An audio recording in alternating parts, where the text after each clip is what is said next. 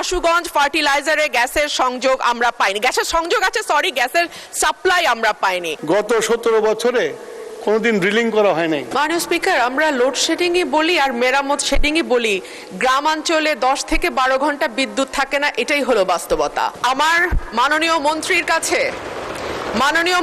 কাছে আমার বিনীত প্রশ্ন, মাননীয় মন্ত্রী এই মহান সংসদে দাঁড়িয়ে আমাকে কথা দিয়েছিলেন যে 1 মের মধ্যে আশুগঞ্জ ফার্টিলাইজারে গ্যাসের সংযোগ দেয়া হবে।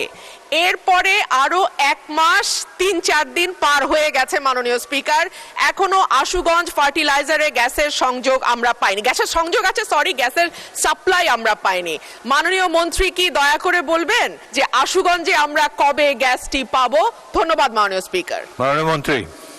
মাননীয় স্পিকার, মাননীয় সংসদ রুমিন ফারহানা প্রথমে যে কথাটা বললো যে 10 থেকে 12 ঘন্টা বিদ্যুৎ থাকে না, এটার সাথে আমি একমত না।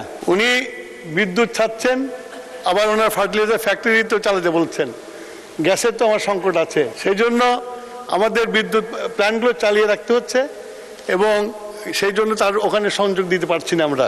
এর বেশি আমরা যখন গ্যাসের অবস্থা উন্নতি হবে তখন আমরা এটা দিতে পারবো। আর 2 নম্বর হলো যে গত 17 বছরে কোনোদিন ড্রিলিং করা হয় নাই। আমরা এই প্রথম এসে ড্রিলিং শুরু করেছি। আমরা আশা করি ইনশাল্লাহ আমরা গ্যাস পাবো। গ্যাস পাওয়ার পরে আশুগঞ্জ ফার্টিলাইজার, যত ফার্টিলাইজার ফ্যাক্টরি আছে সব ফার্টিলাইজারে আমরা সংযোগ দিতে পারবো। ধন্যবাদ স্যার।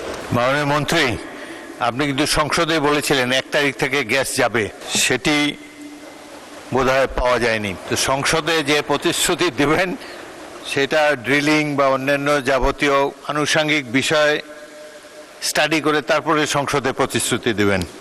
ধন্যবাদ।